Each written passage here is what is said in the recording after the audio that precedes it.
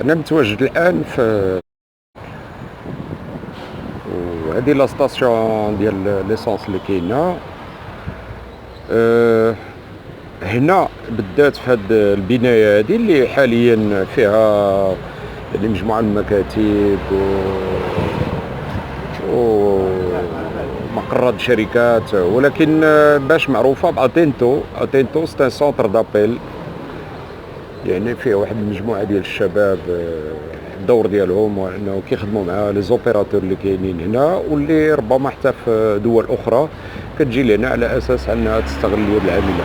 هنا في هذه البنايه هذه كانت هنا سينما مبروك. ما بقاش الاثر ديالها. اذا رجعتوا يمكن لجوجل غادي تلقاو دي زيماج اللي هما قدامين لهاد المنطقه هذه، وغادي تلقاو بان هنا كانت واحد السينما كانت معروفه، سينما مبروك. ومن جهه اخرى فين كاين هاد العماره الجديده،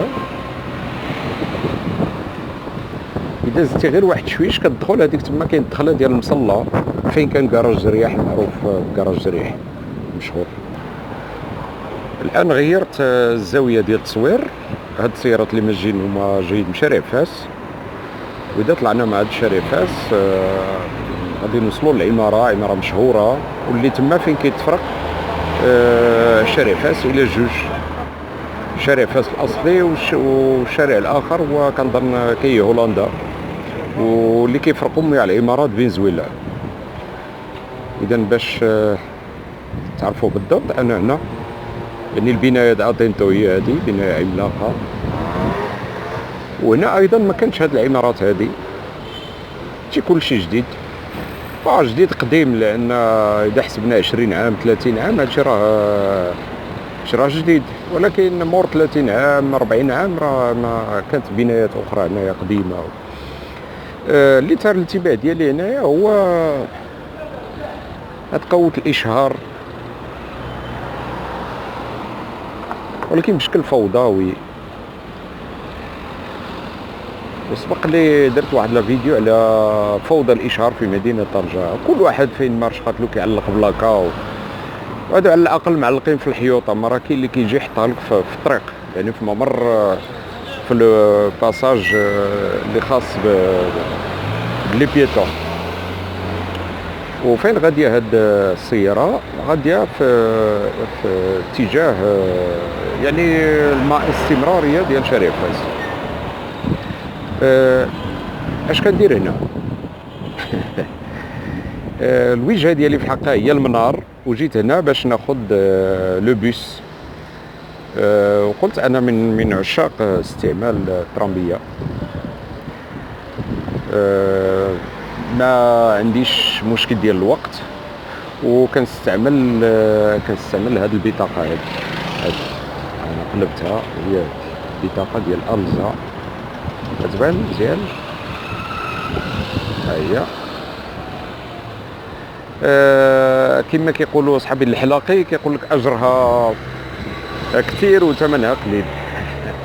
باش نعطيكم فكره على هذا، راه ماشي كنعمل الاشهار لهذه الشركه ابدا.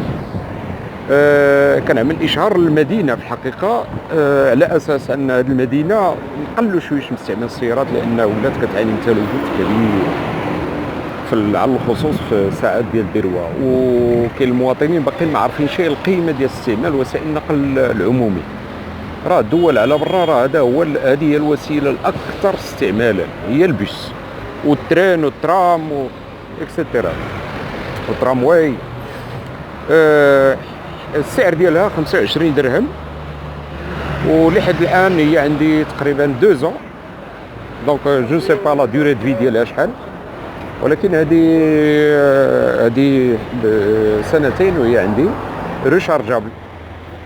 ولافونتاج ديالها هي ان التذكره كتسوى 3 دراهم ونص، اللي عنده البطاقه كيخلص يلاه 3 دراهم، وفي الرحلات اللي فيها 7 دراهم كتخلص انت 6 دراهم. بحال مثلا غتمشي لازيلا او غتمشي لوبور طونجي ماد.